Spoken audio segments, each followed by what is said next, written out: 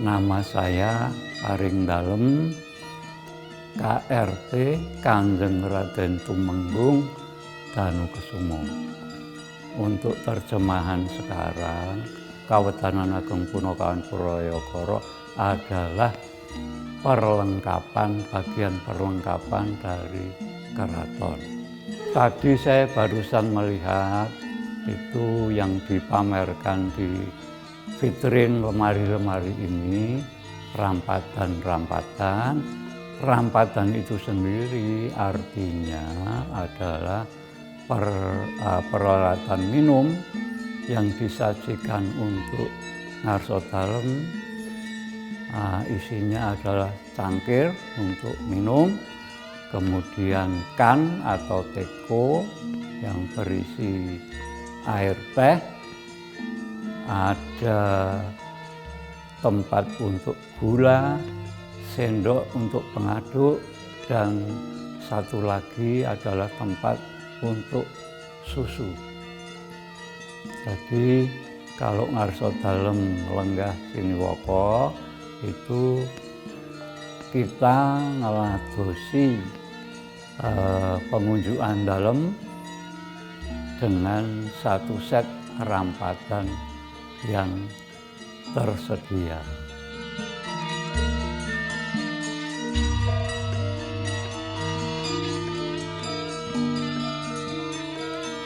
Seperti diketahui bahwa di keraton itu ada event-event yang disebut hajat dalem. Itu adalah hajat kersa dalem yang sudah dilaksanakan secara turun-temurun. Yang pertama adalah peringatan Maulud Nabi di Kagungan Dalem, masjid besar, dan itu memperingati Maulud Nabi. Kemudian nanti ada hajat dalem ngabekten hari pertama dan hari kedua. Itu rampatannya juga sudah ditentukan. Jadi rampatan itu khusus untuk masing-masing piantun. Bentuk model rampatan itu menunjukkan gradasi strata dari kelenggahannya yang ada di keraton.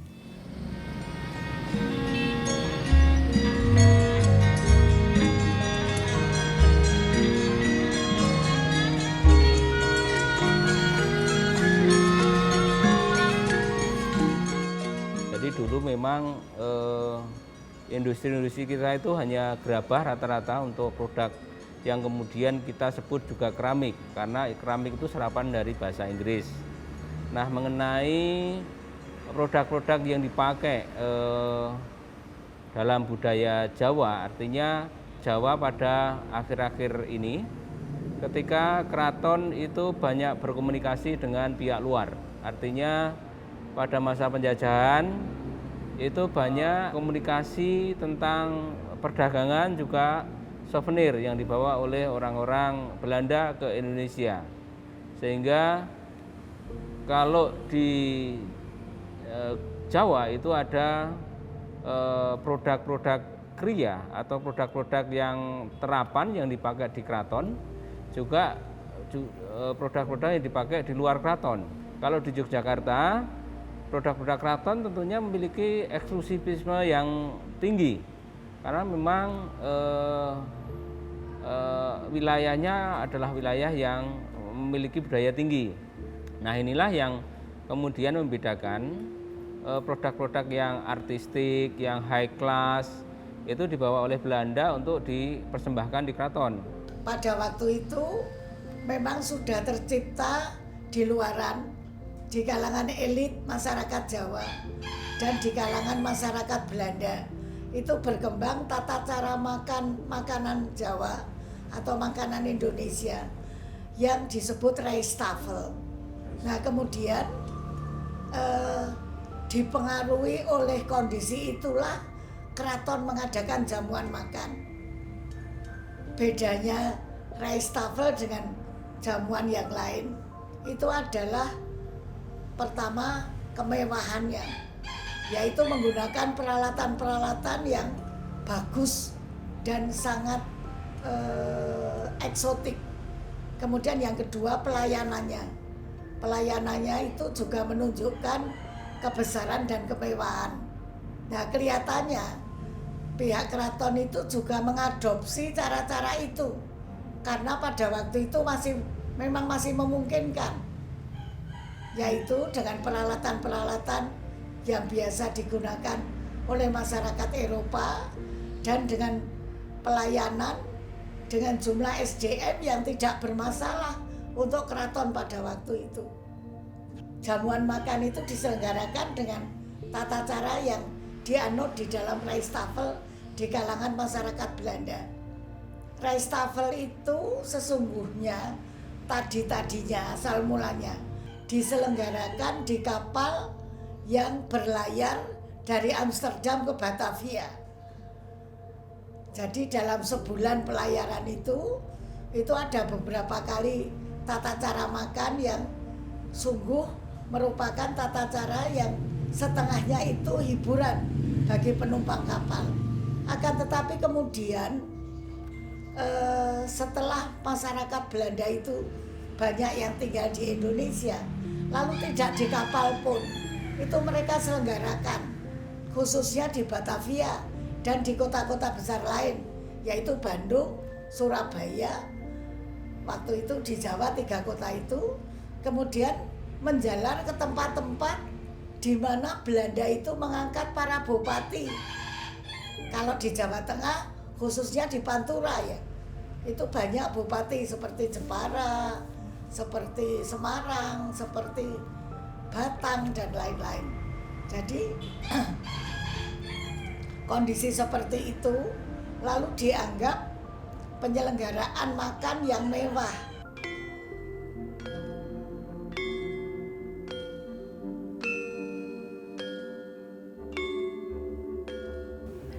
Nama saya Mas Saryo Reso Dinomo, jabatan sesepuh Patean.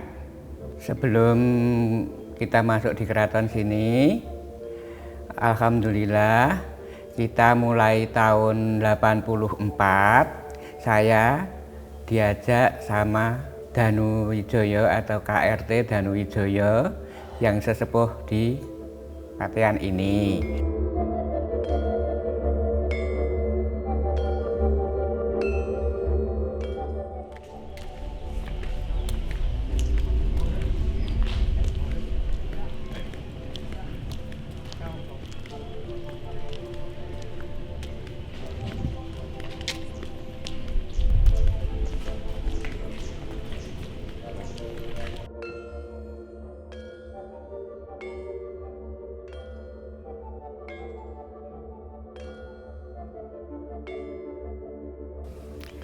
Purwokoro itu suatu departemen di dalam keraton, di mana Purwokoro ini yang menyimpan dan juga mempersiapkan barang-barang di keraton untuk acara-acara di keraton seperti acara sungkeman ataupun hajat dalam yang lainnya.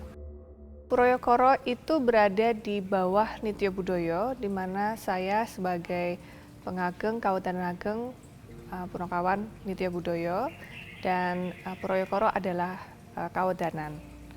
Dan mereka yang menyiapkan, di dalamnya ada beberapa bagian di mana terpilah-pilah, ada yang menyiapkan untuk patehan, pengunjuan, ada yang berkakas dan lain sebagainya.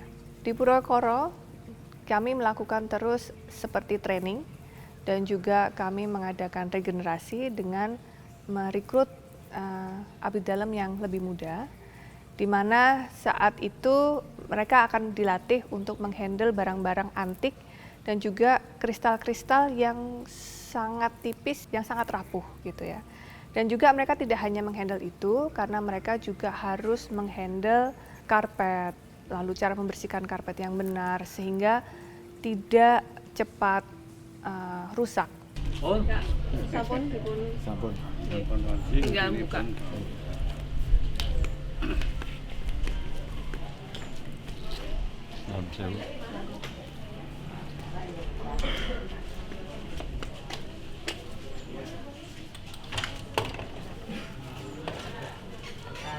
Kalau musuh utama dari dari pusaka-pusaka yang untuk pengunjukan ini ya tentu saja itu manusia. Jadi memang kita khususkan mereka-mereka yang membersihkan, yang merawat, itu konco yang khusus. Karena dalam pemakaian, apapun eventnya, tapi bukan yang pusaka-pusaka dalam yang rampadan itu mesti ada penyusutannya.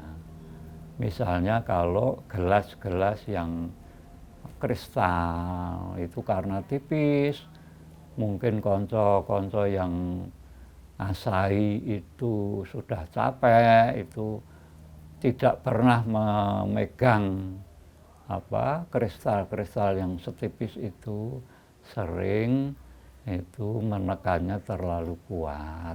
Nah itu bisa menyebabkan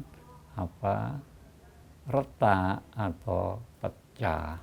Jadi musuh utama ya manusia.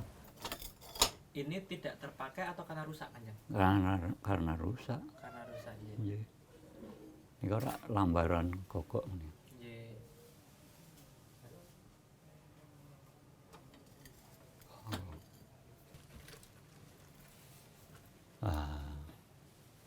Oh, ini kok kata seratan Jepang-Jepangatan nggih, Kanjeng nggih. Anjir. Memang kita khususkan untuk tadi itu tidak hanya merawat tapi ngomong. Jadi ngomong itu ya sudah, apa yang dibutuhkan itu harus secara hati-hati. Nah, ingkang sewetan ya kaping 8 kagem dinner set.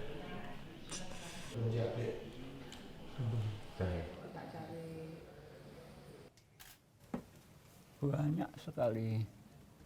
Dalam sewu Kanjeng, ini semua tercatat napa mboten nggih? Boten. Semua tidak tercatat. Kami terus mengadakan inventarisasi dari tahun ke tahun karena memang barang-barang ini masih kita gunakan. Jadi ada kemungkinan untuk pecah, ada kemungkinan untuk rusak.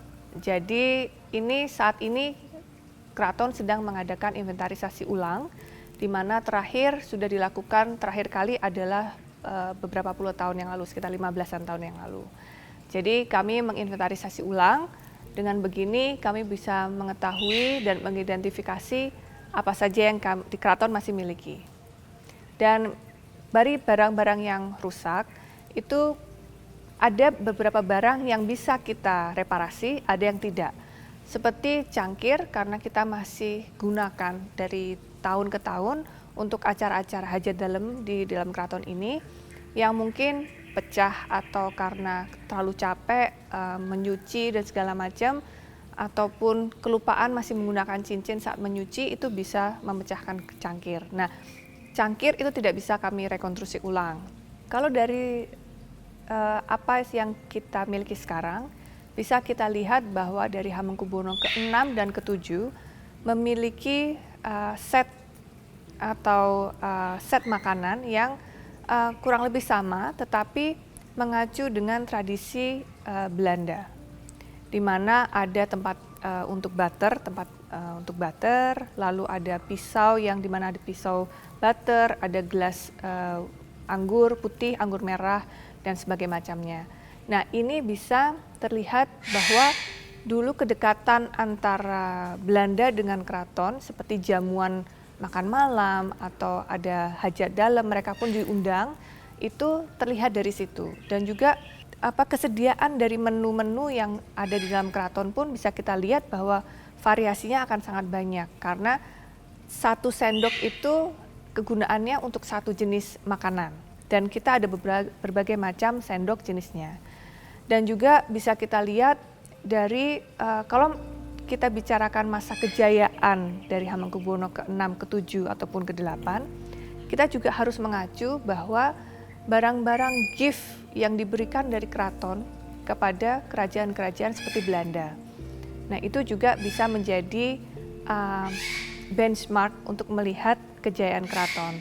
Karena pada saat era HB ke-7 misalnya, itu gift yang diberikan oleh keraton kepada mereka yang berupa seperti set untuk menyirih dan segala macamnya, itu berupa dari emas dan juga ada berliannya.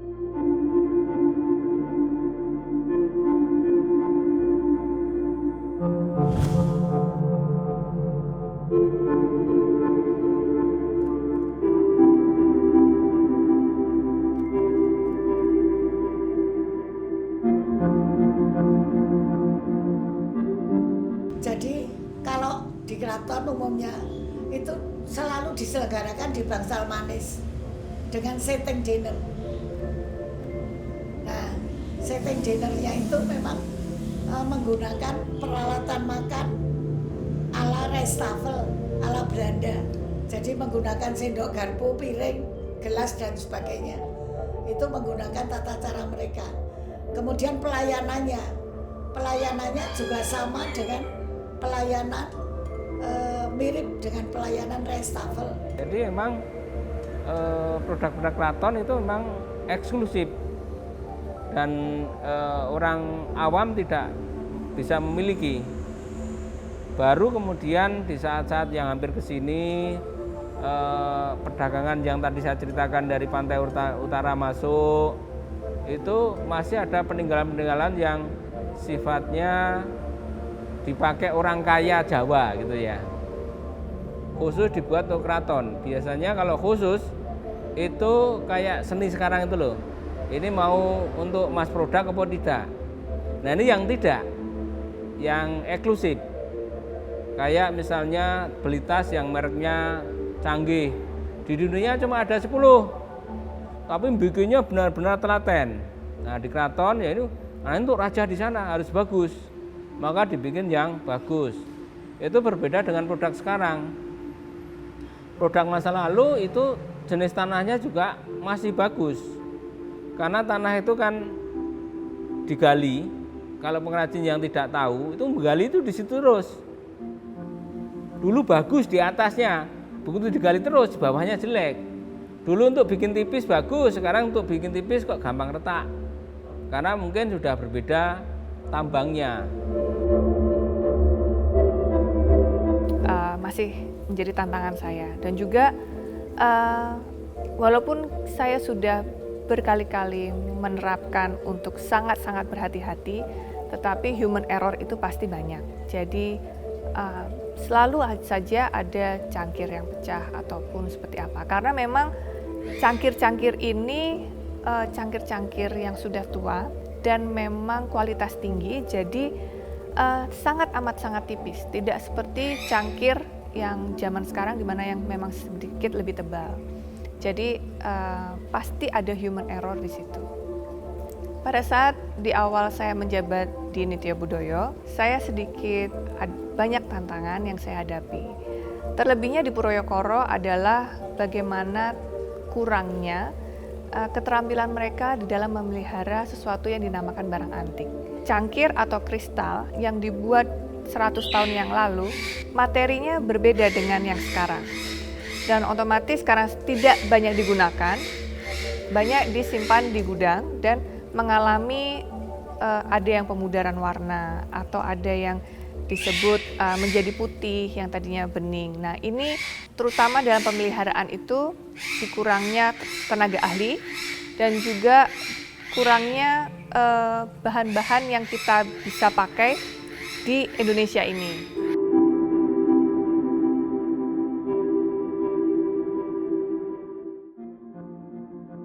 Kita ketahui bersama pada tahun 2006 Yogyakarta dilanda gempa bumi yang cukup kuat.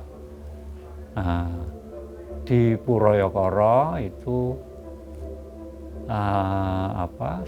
khusus matur sembah nuwun bahwa tidak ada sesuatu yang rusak.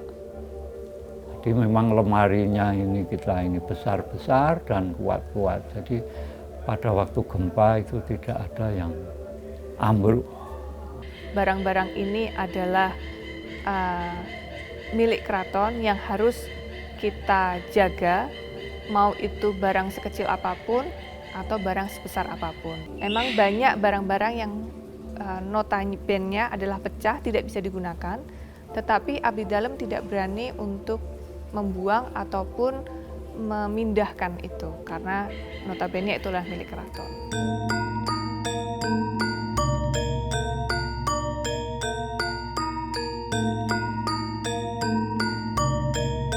Karena fungsi gastronomi atau makan itu sebetulnya menikmati makan. Itu merupakan suatu peristiwa yang sangat istimewa di dalam kehidupan. Gastronomi itu adalah suatu kajian rasional yang menceritakan bagaimana manusia menikmati makanannya sepanjang dia mampu. Artinya istilah yang sangat pas untuk gastronomi itu yaitu mat-matan. Nah, makin kita itu menikmati makanan dengan cara mat-matan, artinya santai, dengan perasaan yang bahagia, kita akan mendapat manfaat dari makanan itu jauh lebih banyak daripada hanya untuk sehat dan nikmat. Tetapi dia akan menciptakan satu emosi di dalam badan kita itu, sehingga kita itu merasa tidak hanya puas tapi juga nikmat, dan akhirnya kita mendapatkan jiwa yang banyak bersumber atau banyak diekspresikan melalui kebajikan di dalam hidup. Nah, itu istimewanya makanan. Karena itu kadang-kadang menikmati makanan itu dilakukan sejak membuatnya, meskipun orangnya berbeda. Si pemasak makanan itu juga bisa merasa puas apabila dia memasak dengan proper. Itu kalau si chefnya itu puas, itu nanti hadirinnya atau penikmatnya juga akan puas seperti itu. Dan bagaimana menikmati makanan itu juga merupakan suatu seni tersendiri ya.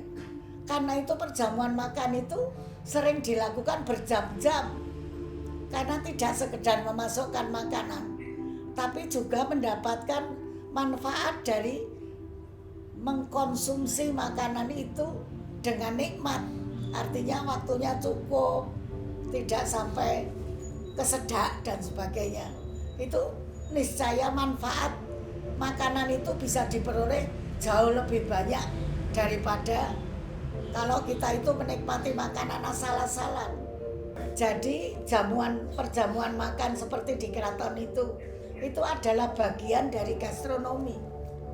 Nah, gastronomi itu sangat berperan tidak hanya untuk makan, tapi juga untuk keberhasilan diplomasi, keberhasilan perundingan-perundingan yang lain, lalu pencapaian hasil yang maksimal. Kalau misalnya diajak pebisnis misalnya, itu supaya berhasil ya menjamu makan dan sebagainya. Kerajaan-kerajaan itu kan kadang-kadang sebetulnya diciptakan oleh Belanda, sehingga mereka memelihara hubungan dengan para raja dalam rangka memelihara kepentingan mereka. Memang karena di keraton itu putra-putra dari Hamengkubuwono ke-8 pun semuanya mengenyam pendidikan yang berdua bahasa. Jadi sampai saat ini pun pengageng-pengageng atau wayah-wayah dari Hamengkubuwono ke-8 masih bisa berbahasa Belanda.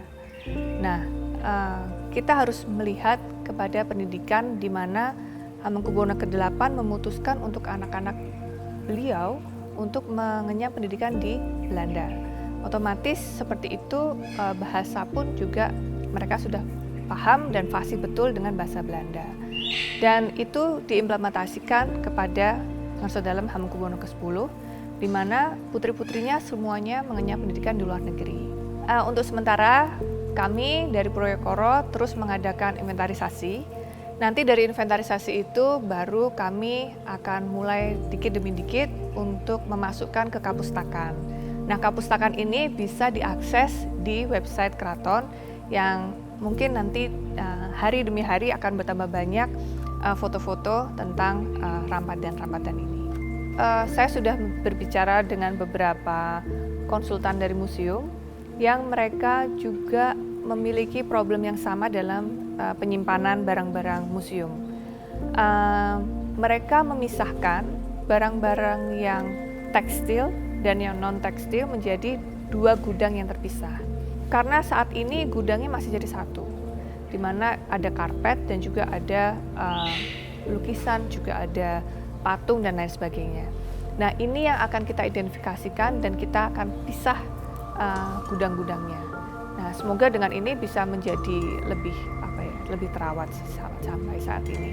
Karena otomatis yang tekstil harus menggunakan temperatur yang sekian supaya tidak ada rayap dan juga extra care dan segala macam. Di mana nanti bagian keramik atau bagian pecah belah itu memang menggunakan storage yang misalnya tahan gempa lah. Jadi kalau goyang sedikit itu tidak terus pecah gitu ya. Nah, ini harus memiliki certain care. Begitu juga terhadap Widya Budaya, di mana Widya Budaya ini adalah kapustakaan di keraton.